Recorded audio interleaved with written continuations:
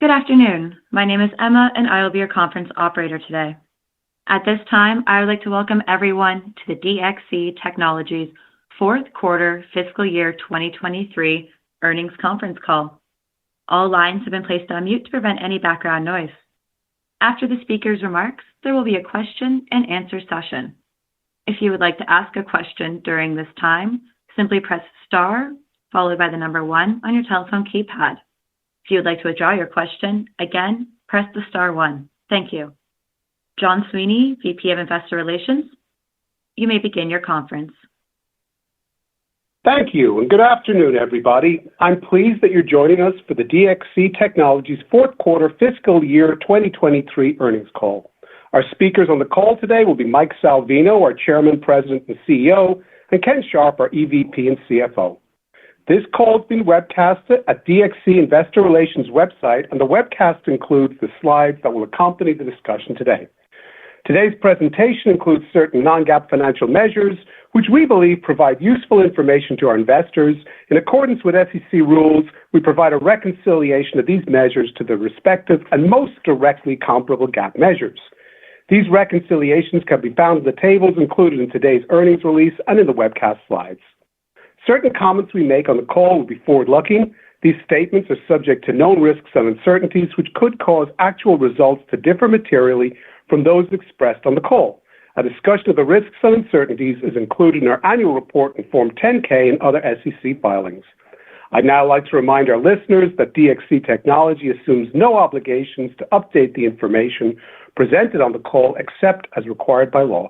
And with that, I'd like to introduce DXC Technology's Chairman, President, and CEO, Mike Salvino. Mike? Thanks, John, and I appreciate everyone joining the call today, and I hope you and your families are doing well. Today's agenda will begin with an overview of our solid Q4 results, where we delivered another strong quarter across our financial metrics. Next, I will discuss our transformation journey and provide insights concerning how the work we did in FY23 positions us for success in FY24. Ken will then discuss our financial results in more detail and provide an update on our guidance, and finally, I will make some closing remarks before opening the call up for questions. We are pleased with our performance in Q4 and in FY23, as it shows that we can execute and positions us for more progress in FY24. Revenues were $3.59 billion, and our organic revenue was minus 2.9%. We have driven roughly the same level of revenue in constant currency, excluding dispositions, for all 4 quarters in FY23, which positions us to continue improving our revenue performance in FY24. Our EBIT margin increased from 7% in Q1 to 8.9% in Q4. This shows that we can continue to invest in our business early in our fiscal year and still deliver on our EBIT margin goals for the year. We see a similar EBIT margin progression in FY24. We delivered over $700 million in free cash flow and, like EBIT margin, increased it throughout the year. This positions us to expand free cash flow in FY24. Our non-GAAP EPS increased to $1.02, growing 21.4% year-on-year. This is the first time we've exceeded $1 in a quarter over the past 3 years, which shows that our capital allocation strategy is working. And finally, we delivered another strong quarter of book-to-bill at 1.04. In the quarter, 4 out of our 6 offerings delivered a book-to-bill over 1. Now I will turn to our transformation journey and give you more details concerning how we drove the execution of our numbers in the quarter and positioned DXC for success in FY24. The first step is to inspire and take care of our colleagues. We've done a good job changing the culture of DXC, and we've also built a strong team that is executing, and I'm happy with how we've been able to add talent to our team. To enhance our execution, we have changed our operating model to be led by our offering leaders. Our new operating model gives our organization clarity and places 7 of our most experienced leaders into the market, focused on growth, differentiation, coaching our people, and actively managing the details of our business. GBS is a great example. Our A&E, along with our insurance offerings, have been the main reason we have driven consistent growth in GBS for 8 straight quarters, and GBS continues to become a larger part of our overall revenue. Michael Corcoran and Ray August, who lead A&E and insurance respectively, were early adopters of our new operating model, and they have achieved both market growth and differentiation. Michael and Ray are just 2 of the 7 experienced leaders now driving our business through our offering-led operating model that went live on April 1. The next step on our transformation journey is focused on our customers. In FY23, our efforts to focus on our customers translated into revenue stability. As Ken will show, we have had 4 consecutive quarters of similar revenue once currency and divestitures are removed. We feel strongly that our revenue is now stable, is higher quality, and is trending more towards GBS due to our customer delivery and our enhanced relationships we have developed. Our Net Promoter Score for the quarter was 29, which is near the top end of the industry benchmark range. We wanted to get more insight into what our customers thought of us, as we have seen the external perception of DXC change, so we hired an outside firm to do a deeper survey of our customers. What we got back gives us confidence that we are positioned for future success concerning revenues because our customers view the work we do for them as essential. They want us to help them evolve to their technology future, and they trust us. This has been our platform since I arrived at DXC. Focus on delivering for our customers in GIS, as this will build trust in DXC and ultimately change our external perception, which will allow us to grow GBS, and that's exactly what we've done. The fact that GBS has grown now consistently over the last 2 years and continues to become a larger part of our overall revenue is an outstanding proof point that this strategy is working. In FY24, we expect to be even more aggressive with this strategy. Due to our new operating model that takes our most experienced leaders and focuses them on spending even more time with our customers during relationship selling, which was the change we made in our sales approach 2 quarters ago. The third step is to optimize cost. We have built a team that knows how to drive cost optimization and expand margin, as you saw that in FY23, driving EBIT margin to a high of 8.9% in Q4. The expansion of margin throughout the year was a function of our cost optimization initiatives that focused on staff optimization, contractors, real estate and data centers, and third-party expenses. In FY24, we will stay focused on these items with an increased emphasis on contractors and data centers. Specifically in the ITO space, we are moving towards what we call infrastructure light, which means we will not use our balance sheet to do deals. We will shed a significant number of our data centers, and we will shed existing contractors in favor of full-time employees. These are the key items around our more disciplined approach to deal-making and managing our ITO work. These items, along with us managing the decline of our pension income that does not generate cash, will produce higher quality margin for us in FY24. In the area of seize the market, our new sales approach is working, as we have delivered another quarter of a book-to-bill over 1. The relationship selling that we are doing in GBS delivered a book-to-bill of 1.04. The book-to-bill of GIS was 1.03, which shows that we are taking work from our competition and our more disciplined approach to deal-making is working. We are seeing that our external reputation has changed and that our customers see the work we do for them as essential, which speaks to our GIS business, and they want to work with us to help them evolve to their technology future, which speaks to our GBS business. Another proof point that we are making the right moves in the market and changing our external reputation to being a trusted partner is the 2023 Gartner Outsourced Services Magic Quadrant, where we moved into the Leaders Quadrant, increasing in ability to deliver and completeness of vision. In FY24, we will continue to focus on our sales approach, which should be even easier with our new streamlined operating model. We believe that the market needs our services and that we are uniquely positioned to continue to deliver a book-to-bill of 1. The final step is our financial foundation. Our execution in this area has placed us in a position of financial strength heading into FY24.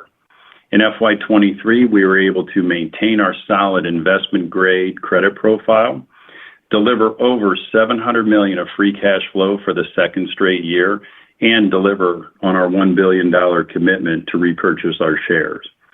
In FY24, we plan to do more of the same, maintain our investment-grade credit profile, expand our free cash flow, deliver higher quality revenue margin and EPS, and repurchase another $1 billion of our shares. And with that, let me turn the call over to Ken. Thank you, Mike. Let me provide you a quick rundown of our Q4 performance. Q4 organic revenue declined 2.9%, adjusted EBIT margin 8.9%, and non-GAAP EPS $1.02. Both are at the highest level in the last 3 years. Free cash flow of $269 million in the quarter. As you can see, the team continues to make great progress on cash generation. Moving to our key financial metrics. Fourth quarter gross margin was up 250 basis points due to lower payroll and contractor expense resulting from our cost optimization efforts, positive impact from divestitures, and lower resale. SG&A as a percent of sales increased 160 basis points. Depreciation was lower by 10 basis points. Other income decreased 60 basis points, primarily due to lower pension income. As a result, adjusted EBIT margin was up 40 basis points. Non-GAAP earnings per share was up 18 cents compared to the prior year due to 11 cents from a lower tax rate, 8 cents from a lower share count, 4 cents from expanded margin, 3 cents from lower interest expense. These benefits were partially offset by 8 cents from lower revenue volumes and other factors. Now turning to our segment results. Our business mix continues to improve. As a percent of total revenue, GBS is now at 48.8%, up 10 basis points sequentially. GBS grew 3.3% organically, our 8th consecutive quarter of growth. The GBS profit margin declined 80 basis points year over year. Turning to GIS, organic revenue declined 8.5%. GIS profit margin increased 190 basis points year over year and was up 110 basis points sequentially, benefiting from the cost optimization initiatives and lower levels of resale revenue. Resale revenue is at a lower margin, so lower resale revenue improves the quality of revenue. Turning to our offerings, analytics and engineering continued with solid growth, up 8.5%. Applications declined 0.5%, a significant improvement from the last quarter's decline of 6.8%. Insurance software and BPS is up 5.9%. We continue to see good momentum in our insurance software business. Our insurance software business benefited in the quarter by approximately 300 basis points due to restructuring an existing customer contract into a perpetual IP license with upfront revenue recognition. Security was down 0.4%. Cloud infrastructure and IT outsourcing declined 10.5%, largely driven by a decrease in resale revenue of $84 million, or approximately 600 basis points. Modern Workplace was down 5.3%. As you will note, this is a significant improvement from our prior performance that we expect will continue to narrow in the upcoming year. Revenues on a sequential constant currency basis, excluding divestitures, continued with only a modest decline from Q3. This momentum that Mike and team created will be key to our success to deliver our organic revenue improvement. Turning to our financial foundation, we achieved our target debt level of $4.5 billion. We continue to tightly manage restructuring and TSI expense. Our restructuring and TSI expense was $232 million for the year, $68 million lower than our guide. We have been focused on improving the quality of earnings and limiting this kind of non-GAAP adjustment. Going forward, we will utilize restructuring only to accomplish our facilities right-sizing efforts as they are non-operational. This labor restructuring started when DXC was formed and has gone on far too long. Operating lease payments and the related expenses were down approximately $80 million for the full year, resulting from our successful efforts to reduce our facilities footprint. Capital expenditures and capital lease originations as a percentage of revenue were 6.3% for the full year, down 70 basis points from FY22. We continue to believe our capital intensity presents a long-term opportunity to improve free cash flow as we pursue an infrastructure-light model. DXC has a strong and stable debt position with manageable debt maturities and a low interest rate. Almost all of our debt is fixed rate, with an effective interest rate of 1.5%. Our debt is denominated approximately 60% euros and other currencies and 40% US dollar to better match our operations. As a result, we have a high degree of financial flexibility and maintain access to significant liquidity. Our net debt to adjusted EBITDA ratio of 1.1 demonstrates our strong commitment to an investment-grade credit profile. Turning to chart 19, let me touch on how our non-cash pension income has impacted our adjusted EBIT margin.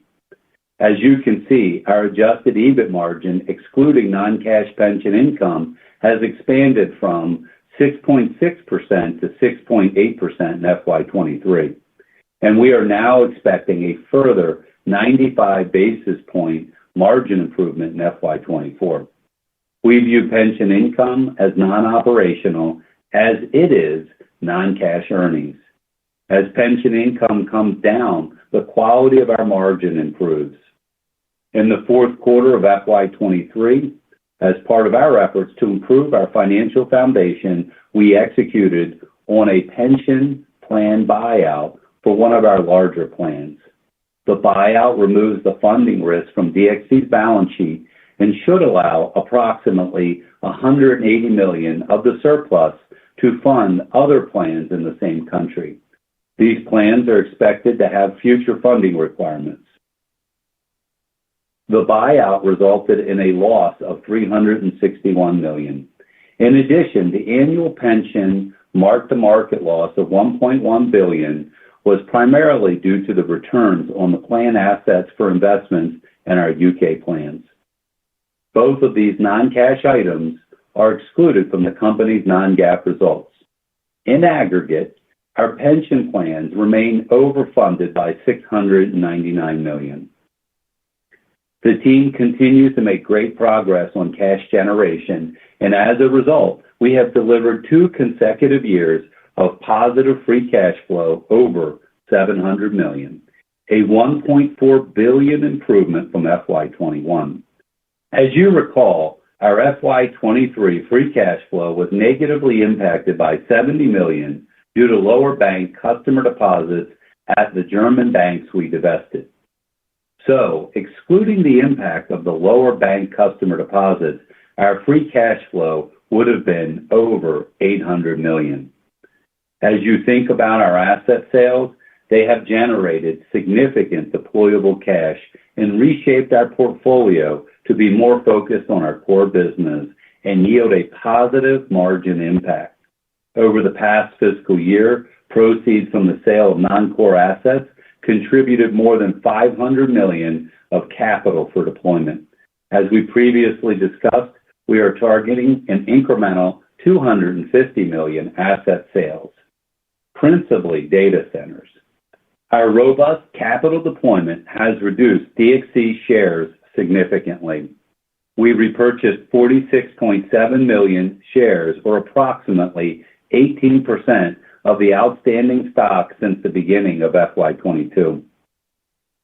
by improving our free cash flow and reducing our outstanding shares, we have significantly increased our free cash flow per share and expect to continue that trajectory in FY24.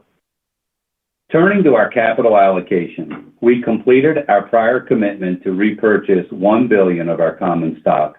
Our board increased our outstanding share repurchase authorization by $1 billion to $1.4 billion. We are targeting a new incremental $1 billion share repurchase. Ultimately, we expect our share repurchase to be funded by excess cash from free cash flow and asset sales. Due to the quarterly progression of cash flows and the episodic nature of asset sales, we expect temporary fluctuations in debt above our target debt level. We continue to believe DXC presents an attractive valuation. Assuming the current share price, our incremental $1 billion share repurchase would equate to about 19% of the current outstanding shares. Our Q1 guidance is as follows. We expect Q1 organic revenue to decline -2% to -1%. We expect higher project revenue, specifically in GBS, and narrowing declines in ITO and Modern Workplace, ultimately improving organic revenue performance throughout FY24. Adjusted EBIT margin of 7.5% to 8%. We expect to expand adjusted EBIT margin during the year as our margin optimization efforts take hold and offset the lower pension income that is negatively impacting our margin by 70 basis points. Non-GAAP diluted earnings per share of 80 cents to 85 cents.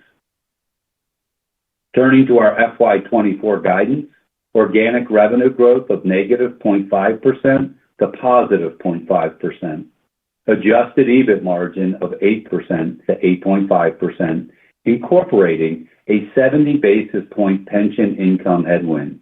Non-GAAP diluted earnings per share of $3.80 to $4.05.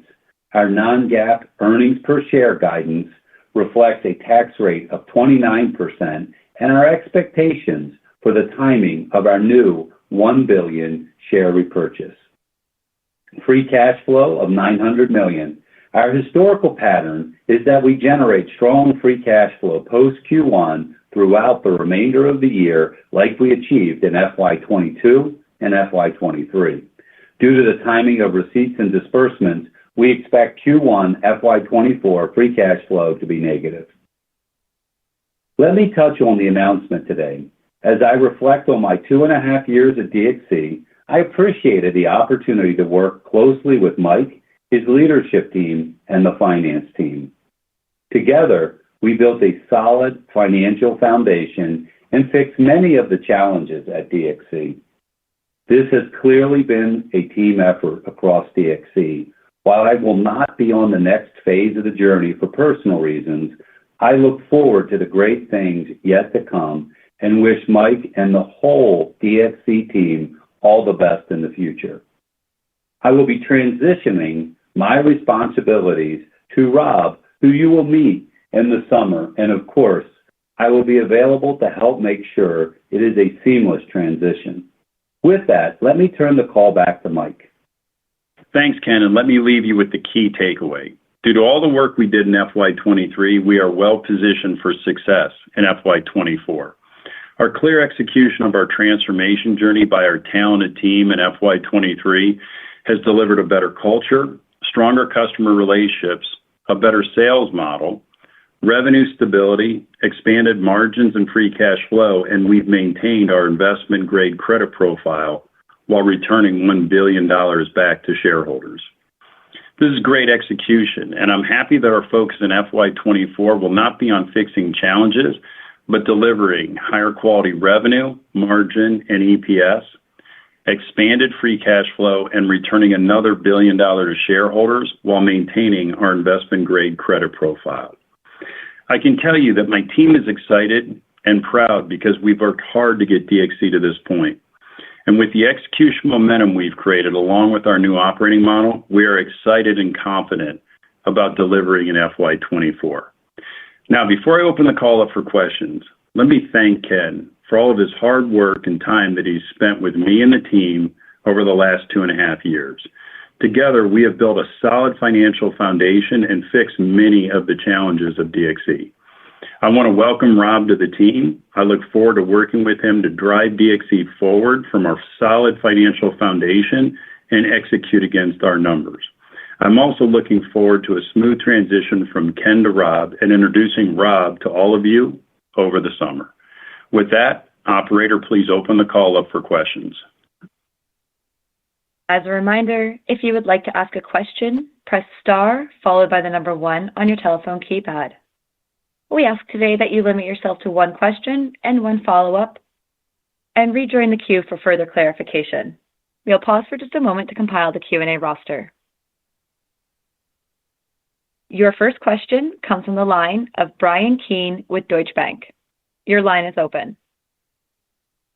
Hi, good afternoon. Hey, Brian. Hey, Mike, how you doing? I wanted to ask about the IT services demand in the market right now. You know, on one hand, we're hearing some weakness at other IT vendors, and the macro is weighing on some demand. But on the other hand, it looks like DXC is guiding to improving organic growth. So can you just help us understand what you're seeing in the demand environment and how that might impact your guide? Ryan, thanks for that. And one of the things I said in my prepared remarks was we pushed on this hard. Obviously, we're seeing what our competitors are doing. We see some of the uncertainty, and that's why we went out and did that survey. And what that survey gave us back is that, look, the business that we have is incredibly stable. Our customers see us as essential, which basically means they can't run their business without us.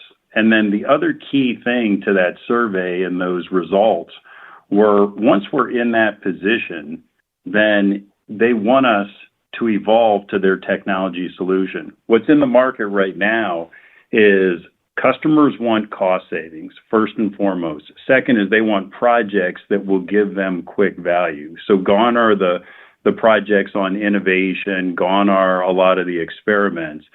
So we're in a unique position because ever since I've been here, our strategy has been to deliver on that GIS business so that we could sell the GBS business. And what essential means to us is that speaks to our GIS business, and they've got to spend money on that. All right. Now, what we are seeing is some softness, which Ken and I both talked about, in hardware sales, which, in all honesty, we've been very focused on with our new sales approach to be sticklers about resale revenue. So the resale revenue will come down, came down in Q4, it will come down a bit in FY24, which, in all honesty, will help our margin over the long term. But 3 things I would say. First of all, yes, we see the uncertainty. The uncertainty we see is mostly in hardware sales and also some project stuff, but mostly innovative projects. The positioning that we have is because we've got that ITO work and we're delivering, we're seen as essential, they're spending money on us. You can see that in, quite frankly, all 3 book-to-bills, overall book-to-bill, GBS book-to-bill, and then GIS book-to-bill. And the final point I'll make is because of that grounding in the clients, they want us to evolve. So that's where we see the project work in GBS. So hopefully that, Brian, gives you a flavor of what we're seeing in the market. Do you have a second question, Brian?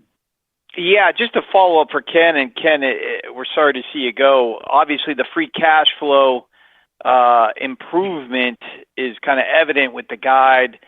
We were at $737 million this fiscal year. Maybe you could help us just bridge to that $900 million or about $900 million in free cash flow for this fiscal year you're guiding to. You want me to take it first? Sure, Mike, go ahead. Okay, so Brian, the bridge is take 737, and then last quarter, remember, we took out Funds Depot, that's $70 million, right? So 737 plus 70 gets you to 800. Where we see the other $100 million coming from is us managing CapEx better, all right, us also driving our margin. So we feel pretty confident in that number. Now, the other key thing that you should have taken from Ken's prepared remarks is there's a pattern. What I call it is there's a rhythm. There's a rhythm of DXC now in our margin and also within our free cash flow where we make investments in Q1 and we pay, quite frankly, a lot of our software vendors. We pay our bonuses in Q1. And then we generate increased margin and also increased cash flow throughout the year. And now we've done that for 2 years. We've done that with the same team. And that's why we feel confident in the $900 million. Did I miss something? Yeah, just maybe real quick, Mike, just to add to it. We think Q1's probably coming in approximately down $200 million. And we fully expect to pull that back through the rest of the year like we've done the other 2 years that Mike mentioned. Got it. Thank you. All right. Thanks, Brian. Operator, next call. Your next question comes from the line of Keith Bachman with BMO. Your line is open. Hi. Hey, thank Keith. you very much. First off, Ken, I do want to say I'm disappointed to see you leaving. So I wish you the best begrudgingly in the next part of your journey. 2 things for me is when you think about your work, this is coming up in all of our coverage universe, including with IBM last week, but just maybe comment on what you think Gen AI does if you have a person times a rate model that drives a lot of your revenue. What does Gen AI do for that? And the second question is just wanted to help understand if you think about the movement towards sort of flat revenues for the year, what does your booking trends need to be as we migrate through the year? You were just over 1 for this quarter. Just give us a sense about how you expect that book to build a trend over the year. And that's it for me. Thank you. So, Keith, the first one on Chat GPT, first of all, it's an awesome piece of technology because it's finally bringing AI to the mainstream. And if you've looked back on my background, that's one of the things I brought to DXC roughly almost 4 years ago. So we're on the forefront of using AI with our ITO business. And the product that we built is called Platform X. And when you think rate times hours, what Platform X does to us, I'll give you 2 use cases. Platform X monitors the IT estate. And the first use case is we use AI to predict when hardware is going to fail. A lot of our hardware providers will tell us that the hardware should be up and running for 3 years, 4 years, sometimes 7 years. And what we have is predictive analytics, and we've built those algorithms to actually predict when something's going to tip over so we can get in front of the client, all right, and make sure that that doesn't happen. So when you think rate times hours, we are doing project work, proactive new project work because of AI. Now, let me give you the cost savings example. The cost savings example is we don't need as many people now because the other AI algorithm that we've written in Platform X literally takes a failure point and we basically map that to the bots that we have. We have a library of bots that we can deploy when something goes wrong. So when something goes wrong, AI looks at it, understands the issue, it predicts and takes the right bot. We implement the right bot and the thing gets fixed with no human intervention, which again, that's the piece where we're driving our costs down because of it. So I would tell you 3 things on AI. The first one is we're going to continue to evolve. I love the fact that it's mainstream because a lot more people understand the fact that you have to build the algorithms first. The second thing is we got 20,000 people that do analytics and engineering. And part of that analytics is data. And with that number of people, we have been able to create data sets that will train these algorithms. And then the final thing is, look, not only are we doing it for ourselves, we're doing it for our clients. So love AI. I think it will be something that we can use to our advantage, but to both drive revenue and also reduce costs.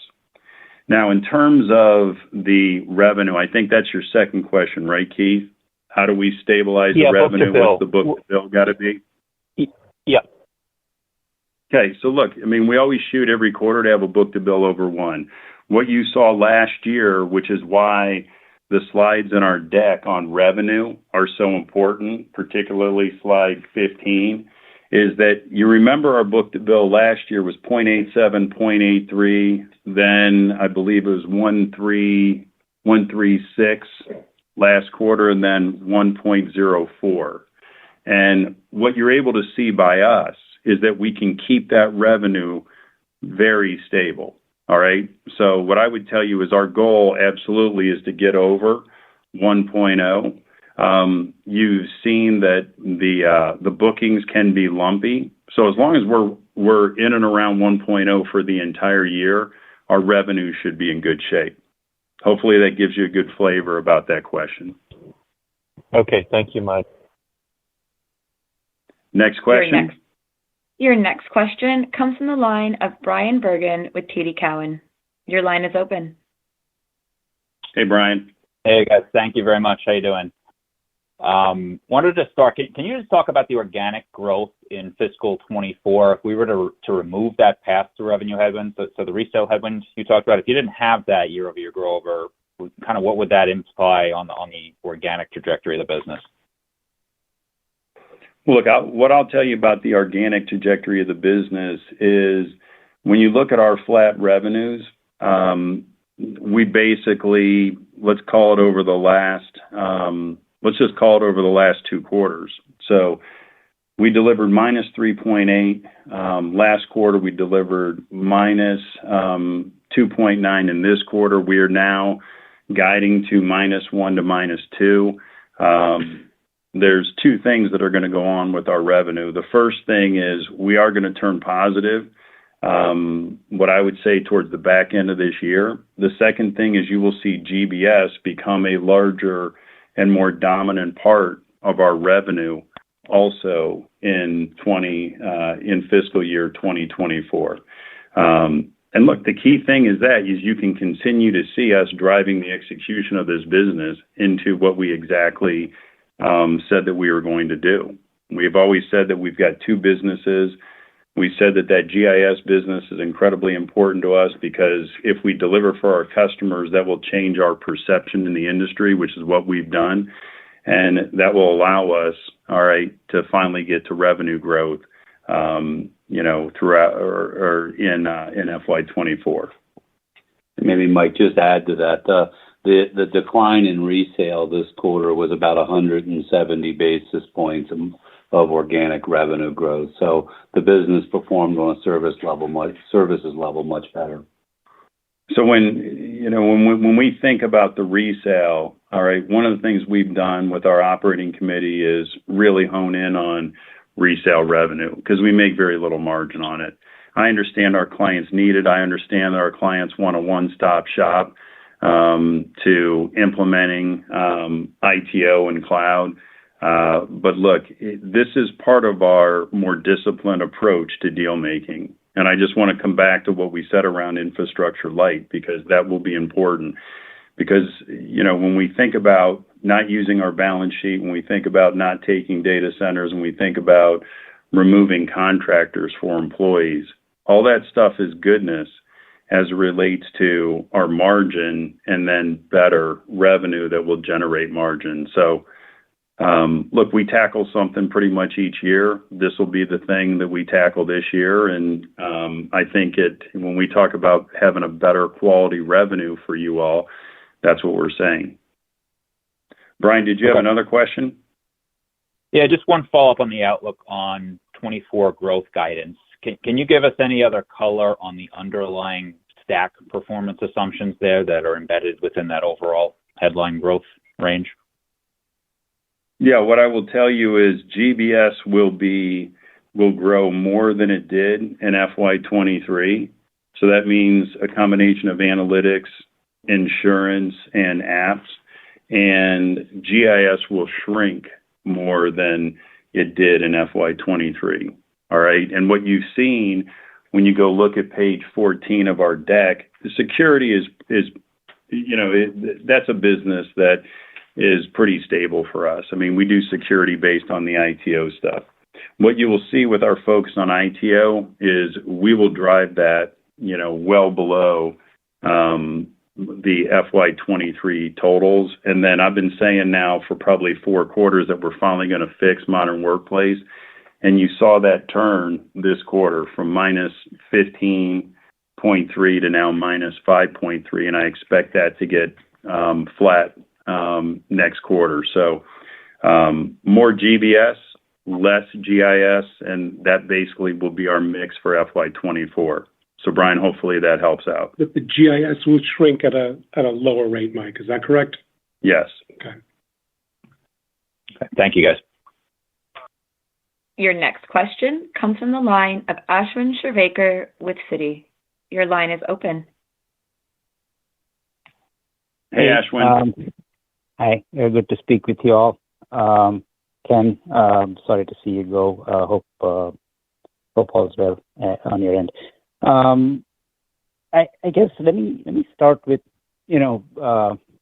macro concerns abound, and there's a fixed number of things that enterprise spenders do when those concerns come up. When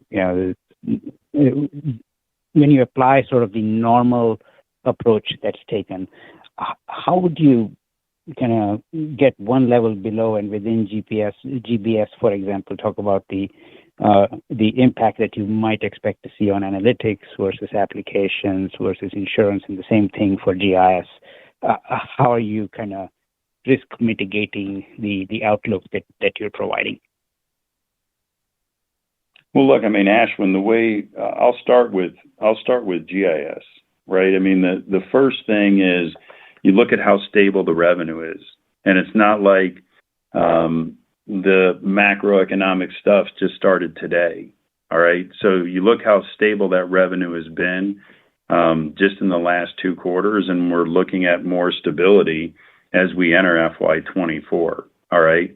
That, along with people are going to continue to spend money on the ITO and the cloud space, mostly because they want to protect themselves from any sort of security issues that could cripple the environment. The second thing is, the other major offering we have in GIS is Modern Workplace. And as much as we would all hope that everybody might come into the office, that's still not true. All right. So being able to have a workforce that you can support virtually is key. So we have 2 key offerings there that what I keep talking about is they are essential to our customers' needs, and we are continuing to see demand. Now, in that demand, they want cost savings. All right. And in that demand, there are competitive deals from our competitors because they are not delivering for their customers coming to the market for us to look at. So we need to be very choosy, because what we are not going to do is take the progress that we've made in GIS backwards. Now, on GBS, it's very simple. The apps in the AE business, we sell based on value. You sell based on value based on relationship sales. So part of this operating model change is taking 7 of our most senior leaders and sticking them to the forefront of doing relationship selling and coaching our people and managing the details. All right. And when we do that, right, we have seen a built-in pipeline for our work in GBS. All right. And then insurance stands on its own. I think Ray's got a great business there. It's a business where the industry needs our software. We do a good job running the software, and we definitely provide value to that industry and cost savings. So look, that's why we're pretty bullish about calling what we've called in FY24. And, we're not coming off that. And like I said, if I see any shortcomings in the revenue, Ashwin, it'll be resale and it'll be maybe the project work. Okay. Now, the last thing I will leave you on the project work is remember what we did a year ago. What we did a year ago is we took on the Russian issue straight away. Okay. And we got ourselves out of Russia. So that A&E capability is unique in the industry because we don't deliver any of that work with Russian resources. So therefore, that makes that revenue more stable, and that also gives us a unique sales position in the marketplace in terms of our delivery capability. So anyhow, that's how I would give you some more details, Ashwin, on our business. Right. No, definitely appreciate the steady performance. Ken, I can't let you go without one more free cash flow question. The bridge to fiscal 24 from what you have here, what are the main elements of that bridge, if you could kind of drill down into that? Yeah, maybe Ashwin, and thanks. And just touch on what Mike said earlier, right? We produced $737 million this year. Add back the lower bank customer deposits, right? Because we fortunately no longer own banks, so we won't have that headwind next year, which I would still characterize as non-operational. So that puts us at $800 million this year. Our margin we're guiding to is 8 to 8.5, and it includes 70 basis less pension income. And I think we all know by now pension income is non-cash. So right there off the bat, the margin improvement that we're targeting with the lower pension income will certainly drive more cash flow. And then just, we talk about working capital. It's been a user of cash. I think when I first got here, we had about negative 13% working capital. We're now down to, negative 3% of revenue on working capital. So we don't feel like we need to keep, paying down the working capital to make the business kind of, more normal from a payable standpoint. And that's kind of closer to the peer group. So we don't think working capital will be a consumer going forward. And then the CapEx, as Mike talked about earlier, I think we feel pretty good that, we've been working through each and every deal, and we'll come out on the other side with a better CapEx profile. A good proof point is this year's 70 basis point decline in CapEx and capital leases as a percent of revenue. Got it. Understood. And thank you for pointing out that $1 billion buyback is 19% of your share base. Operator, next question. Your next question comes from the line of Rod Bourgeois with Deep Dive. Your line is open. Okay, great. Hey Rod. Hey there. And Ken, you'll definitely be missed, and thanks for all the progress you've contributed on cleaner financials and moving to a more capital-light model, just as a couple of examples there. And welcome, Rob, to the CFO role. Guys, I want to ask about the competitive intensity topic. Are you seeing an ability to win competitive deals without using your balance sheet or sacrificing on profitability terms? I guess in particular, are you experiencing a change in the ITO market that's enabling the infrastructure light model to come to fruition? 100%. I don't know how to answer that any other way, meaning we see demand in that market, all right, because of the fact that we've delivered for our customers. I keep talking about us being a safe pair of hands. It is definitely, we have customers coming to us with our competitors' work. Okay, so that's first and foremost. I've told you guys that we have been very choosy about that work. And what we're not going to do is be a bank, so take extended payment terms, because that's the way this market has been.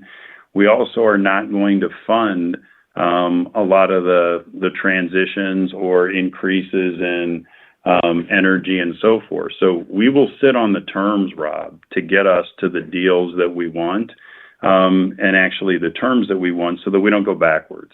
Okay, and that's really important to me, because all the progress we've made in this revenue, it's still got to be revenue that we can generate good margins.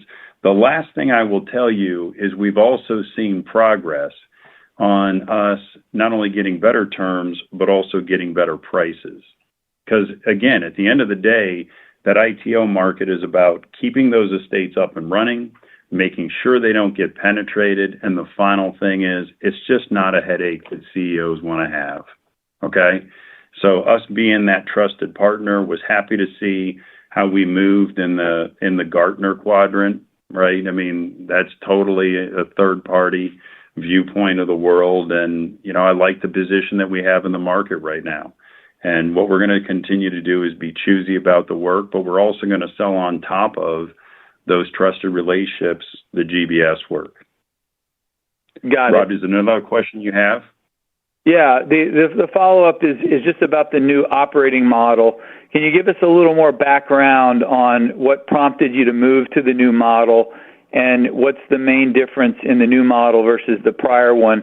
And is that new model mostly in GBS, or does it also flow into GIS as well? So just some more color on the background there. Thanks, Rod. So first of all, the operating model goes across the entire company.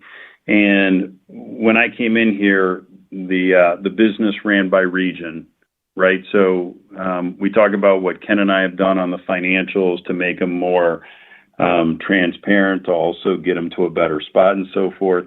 But when you're running financials, all right, in the business by region, there's no differentiation. There's no good analysis on what's happening, right, with each offering. And, there's really not a person that's driving that from revenue through margin, through collections, and basically operating these businesses like their own. So what the new operating model does is it's something I'm used to from my past. If you go look at the major service providers that are out there, typically they are driven by an offering. Why? Because you can get the differentiation. What I like about it is we've literally chosen our top leaders and we put them into the market to focus on growth, differentiation. But the other thing is I keep talking about the culture. And in this business, you have to manage the details, which means you got to get to the account level and you've got to drive the account. And it starts with a relationship with a customer, then it gets into the actual value that we provide, because a lot of our book to bill right now, Rod, is based on the value that those customers see in what we're providing. It's not just delivery anymore, but they're literally seeing the cost savings and they're seeing the new ideas brought to the table where we can help them meet their financial performance. So that's what the new offering model does. I'm really excited about it. I will tell you that we've been planning for this for an entire year. And, Ken's done a lot of good work. Rob will definitely take it to the next step with his IBM background. All right. Because when you look at people like IBM and Accenture, they're used to running that model and driving the business. All right. For increased revenue and then margin expansion, EPS expansion, and free cash flow. So that's why we're doing it. Like I said, I'm excited about it. And, I think everybody will see the fruits of it very shortly. Got it. Thank you. Operator, next question. Your next question comes from the line of Lisa Ellis with MoffettNathanson. Your line is open. Good afternoon. Hey, Lisa. Hi. Thanks for taking my question. Ken, you will be missed terribly. Hey, Mike, I know you opted not to give any sort of new longer-term guidance, which makes sense, I think, at this point. But can you give us a sense for, as you're reflecting, sort of starting into a new fiscal year, how you would articulate your sort of medium-term goals for DXC at this point? Thank you. So what I would do is the first thing I would say is go back to that inflection point. So the great news is that we've got a leadership team here that can execute. We have shown everybody that we can recruit really good talent. And now this game is going to be all about execution. And what I would tell you, plain and simple, is I see a company that will grow revenue and, like I said, expand margin, EPS, and free cash flow. Those are our goals. All right. Those align to what we're trying to do and what we will implement in FY24. And I think having those goals will propel us to be a company that will be a very stable company that can compete well in the IT services market for years to come. Lisa, do you have a second question? Yeah, sure. Just maybe related to that, I know you called out in the prepared remarks about $250 million in additional asset sales. You've done a lot of portfolio reshaping very effectively over the last few years. Is that sort of done at this point, or are there additional things we should be anticipating potentially, either additional divestitures or, even on the investment side? Thank you. Thanks, Lisa. Our focus right now will be on that second piece I talked about about infrastructure light, which is shedding our data centers. Okay, so that's a fixed cost that when you're going through the transformation that we're going through, you got to be able to shed those. And I'm used to running what I call infrastructure light at the old place, and basically you don't own data centers. And what we're looking to do is that 250 is focused on data centers and some facilities. So we plan on delivering that in FY24, and I think we've got a very good handle and beat on delivering that 250. Operator, next question. Your next question comes from Jason Kupferberg with Bank of America. Your line is open. Hey, Jason. Thank you. Hi there. I actually wanted to pick up on the infrastructure light topic, and maybe if you can just talk a little bit about what is new and different here. I mean, I feel like we've talked about this for a while, desire to use the balance sheet less and outsourcing deals. I mean, I get you're going to sell some data centers, but just in terms of go-to-market and deal terms and deal structure, like what's really changing? Because I feel like infrastructure light's been a topic really since you got there, Mike. Okay, so Jason, the first thing that changed is the competitive landscape. So when I got here, all right, we were not in the position we are today. And Jason, you cover the industry, you know what our competition's doing, you know the people that you put us up against, and I would tell you we're on the top of that heap right now. All right, so that's the first thing that's changed. Now, based on us being in that position, that front position, we can now, all right, ask for different terms, and we can also start shaping our business because of that. All right, so this isn't just something we've been talking to. We've been preparing for this for quite some time. Many people, said that we ought to get rid of that business, and strategically, I thought that was the wrong thing to do. And now it's proving out to being the right thing to do, because we're able to shape that business and grow off the back of those customer relationships. So the main things I would tell you to focus on is our balance sheet is a lot cleaner than it's ever been. That's point one. So we're implementing that appropriately. You'll see throughout the year how we implement the focus on data centers. And then the last thing is the contractors. So a lot of our competition, and in fact, DXC, when I got here, was very, very heavy on contractors, and flipping those contractors to employees allows us to generate more margin. Remember, each contractor we're probably paying a 7 to 10% premium on, and having that focus will definitely clean up our margin. So look, with that, Jason, I appreciate the question. In closing, I want to thank Ken for all of his efforts. I want to welcome Rob. He will be a great addition to the team. I think we've been executing incredibly well. We've definitely got the right team, and I am definitely looking forward to delivering in FY24. Basically, higher quality revenue, margin, EPS, and the key thing will be expanding our free cash flow. And while we're doing that, we expect to maintain our investment grade profile and deliver another $1 billion back to our shareholders. And with that, operator, please close the call. This concludes today's conference. Thank you for attending. You may now disconnect.